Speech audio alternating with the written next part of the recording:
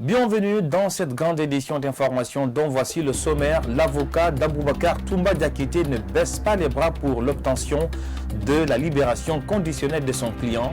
Finalement, c'est la Cour de justice de la CEDEAO qui vient de répondre à la requête de maître Paul Yomba Kourouma. Les détails à suivre dans cette édition d'information. Impacté par la pandémie Covid-19, le secteur culturel est presque à l'arrêt en Guinée. Les promoteurs culturels ont adressé un mémorandum de doléances au Premier ministre Ibrahima Kassori Fofana. Tout savoir sur le contenu de ces mémos, c'est dans ce journal. Bonsoir. Incarcéré à la maison centrale de Conakry depuis 2017 suite au massacre du 28 septembre 2009, l'avocat d'Aboubacar Toumba Diakité ne baisse pas les bras pour la libération conditionnelle de son client. Finalement, c'est la Cour de justice de la CEDEAO qui vient de répondre à la requête de maître Paul Yomba Kourouma. Alforma Diallo, reportage. Après le rejet de la justice guinéenne d'accorder une semi-liberté à Aboubacar Sidiki Diakité, détenu à la maison centrale de Conakry depuis 2017, maître Paul Yomba Kourouma a saisi la Cour de la justice de la CEDEAO qui, selon lui, a lancé un avertissement aux autorités guinéennes. La Cour de justice de la CEDEAO nous a écrit pour nous dit que notre dossier, notre requête est reçue en bonne et due forme, que le dossier sera sans désemparer, je crois qu'il l'est déjà, communiqué à l'État guinéen par le biais de l'agence judiciaire de l'État, dépose sa réplique dans un délai et à l'issue duquel la Cour rendra sa sentence. Aujourd'hui, cette décision de la Cour de la justice de la CEDEAO intervient dans un contexte où l'avocat avait alerté sur la situation de santé de son client. Il exige à ce que cette alerte soit prise en compte. Sa liberté ayant été confisquée, la Cour de justice de la CEDEAO, qui a compris qu'il s'agit de questions de liberté pour lesquelles il ne faut pas transiger, a tout de suite réagi et réagira promptement aussi par la décision à intervenir. Ainsi, la décision qui interviendra enjoindra à notre État de libérer purement et simplement le détenu qu'est le commandant Toumba. En attendant que le gouvernement guinéen se bouge, Toumba Diakité continue son séjour à la maison centrale de Conakry. Ces derniers temps, la Guinée s'est fait épingler par plusieurs organisations de défense des droits humains, un acte que dénonce maître Paul Yomba Kourouma. Je vous le disais dans les titres, impacté par la pandémie Covid-19, le secteur culturel est presque à l'arrêt dans le pays. Inquiets de leur situation, les promoteurs culturels ont adressé un mémorandum de doléances au Premier ministre Ibrahima Kassori Fofana. Mercredi 18 août dernier, Mamadou Tog, l'un des membres de la Fédération des entreprises culturelles et économiques de Guinée, revient sur le contenu de ce mémo. Suivez ce reportage de Mariam Bari et Moustapha Diané. À travers la Fédération des entreprises culturelles et économiques de Guinée, les représentants des promoteurs culturels ont présenté un mémorandum de doléances au Premier ministre Ibrahima Kassori Fofana ce mercredi 18 août 2021. Lors de cette rencontre, il a été question d'exposer les maux dont souffrent les opérateurs culturels suite à la pandémie Covid-19. Rencontré ce vendredi 20 août, Mamadou Tog revient sur les objectifs de cette rencontre. Nous sommes allés avec notre mémorandum comportant les 7 points de proposition. Par exemple, sur le BGDA, sur l'allègement du monde du spectacle, sur un fonds Covid, aussi sur le paiement des entreprises qui ont perdu beaucoup d'argent depuis 2 ans. Poursuivant, ce membre de la FESEG soutient que la Guinée est un scandale culturel. Par conséquent, il pense que ce domaine peut apporter en plus dans l'économie du pays. Nous avons des attentes positives parce qu'aujourd'hui nous avons parlé de subventions, d'accompagnement et d'alléger les trucs. Aujourd'hui nous sommes un maillon fort pour la sensibilisation dans le cadre du Covid. On l'a fait gratuitement. C'est un bon début déjà de collaboration entre lui et les acteurs privés.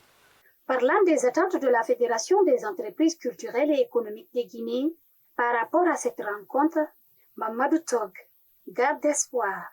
Déjà, par le passé, la culture l'a prouvé. Parce que la culture a payé les fonctionnaires guinéens. Aujourd'hui, la culture a apporté beaucoup de choses à la Guinée. Donc, en chiffres, on peut défendre que oui, que la culture apporte plus que les mines dans ce pays.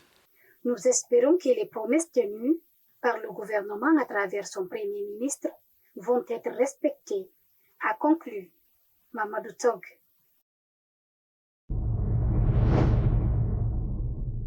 Direction à présent à Zérekoré où plusieurs femmes souffrent de céphalée intense, cette maladie communément appelée Opimo par les habitants du sud de la Guinée passe sous silence.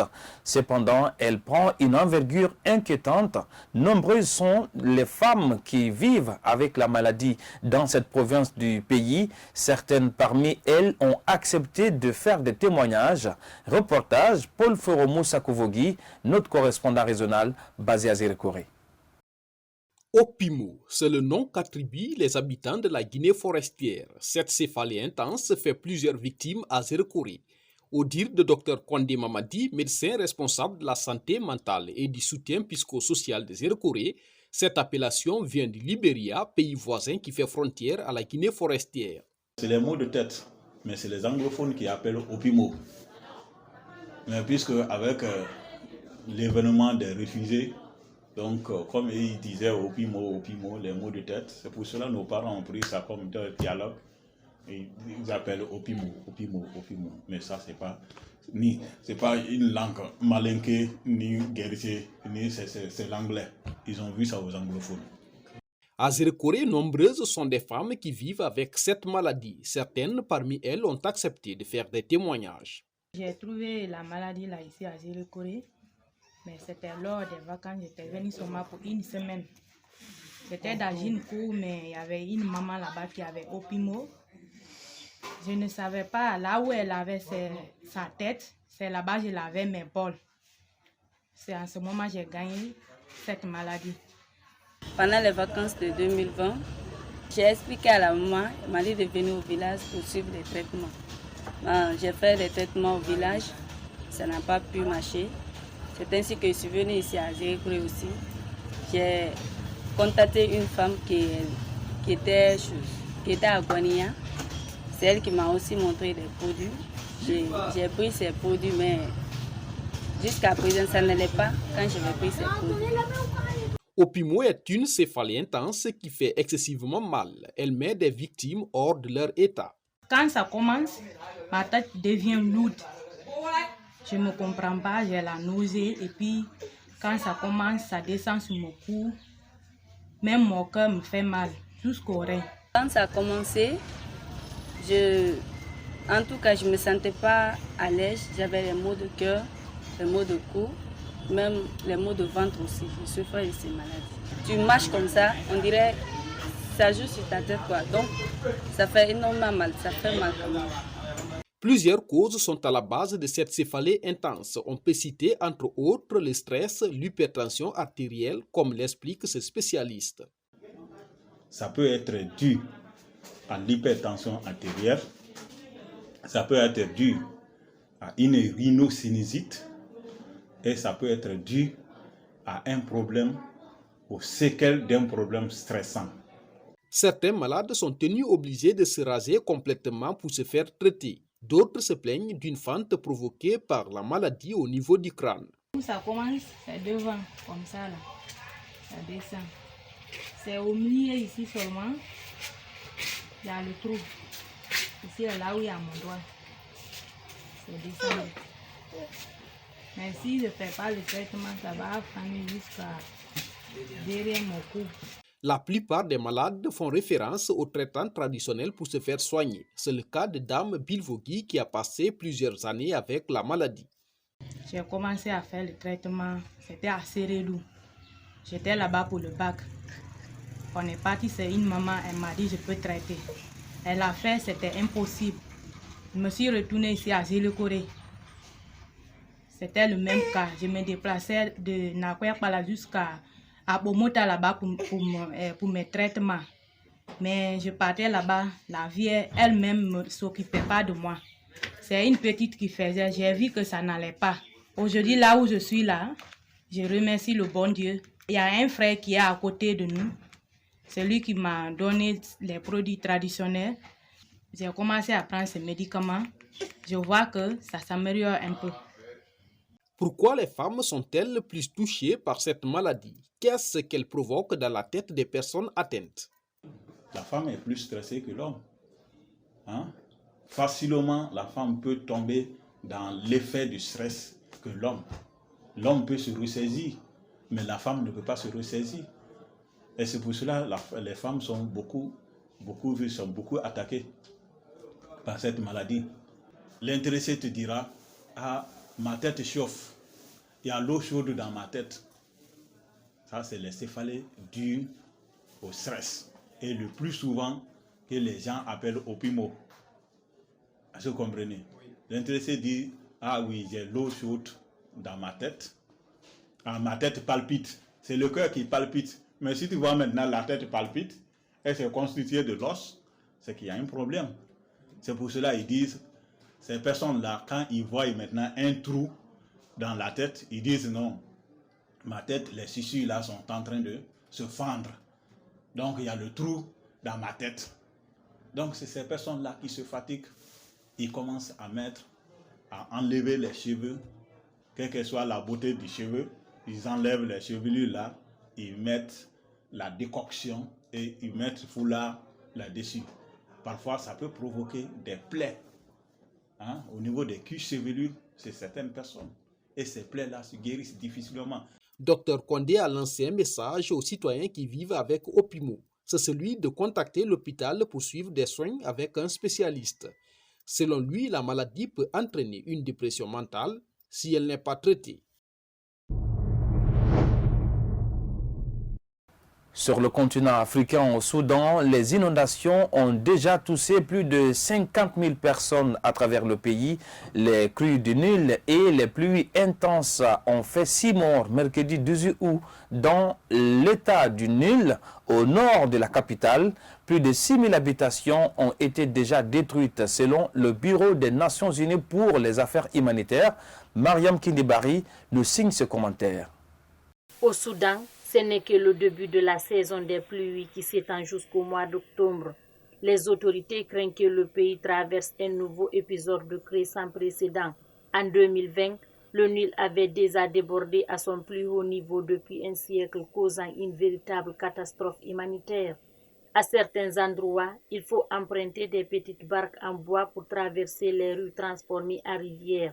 Selon les témoignages, l'an dernier, plusieurs maisons ont été engloutées par le Nil. Dans la rue, tu marchais, tu avais de l'eau jusque-là, à la poitrine, raconte-t-il. Les autorités locales ont mis en place une digue de terre de 7 mètres de large pour 2 mètres de haut. Mais en 3 jours, la digue s'est effondrée. Aujourd'hui, les inondations ont déjà touché plus de 50 000 personnes à travers le pays. Les crues de Nil et les pluies intenses ont fait 6 morts mercredi 18 août dans l'état du Nil au nord de la capitale. Plus de 6 000 habitations ont été déjà détruites selon le Bureau des Nations Unies pour les affaires humanitaires. Aujourd'hui, les habitants d'El Kalakala, un quartier au sud de Khartoum, les habitants craignent que le scénario catastrophique de l'an dernier ne se répète. En 2020, au Soudan, les inondations avaient détruit plus de 100 000 logements. À El Kalakala, de nombreux habitants s'étaient réfugiés dans un camp de fortune, installé sur un terrain de foot au milieu du quartier. Sport à présent dans ce journal, logé dans le groupe B avec le Sénégal, le Zimbabwe et le Malawi pour la Coupe d'Afrique des Nations 2021, la Guinée tentera d'essuyer les larmes de la précédente compétition. Ce vendredi, un consultant sportif a invité les responsables de football à tirer les leçons du passé. C'est un reportage de Yaye Omobari. Prévu pour le mois de janvier prochain au Cameroun, le Sili de Guinée croisera le fer avec le Sénégal après 16 ans. Ce consultant sportif livre ses impressions.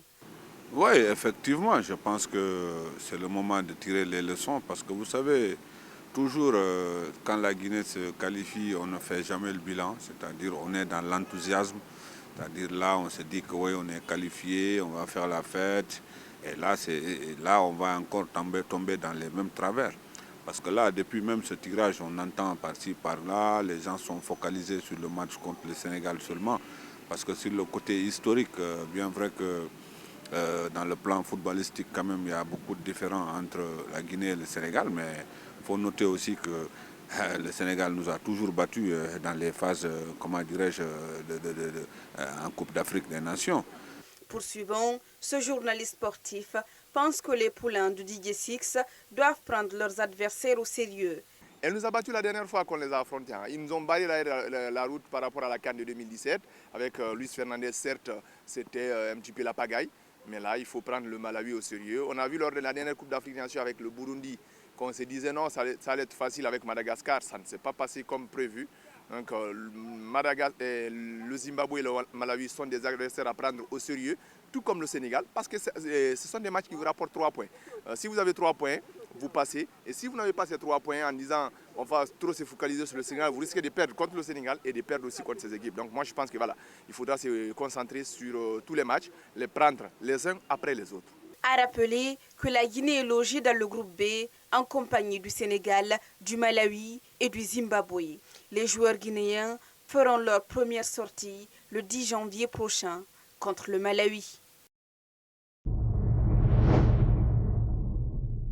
On reste toujours dans le même registre pour dire que le club industriel de Kamsar est désormais situé sur son adversaire au tour préliminaire de la Ligue des champions africaine. Le club guinéen sera opposé aux champions du Ghana en aller et retour pour espérer une qualification pour le second tour. Ibrahim Diallo pour plus de précisions.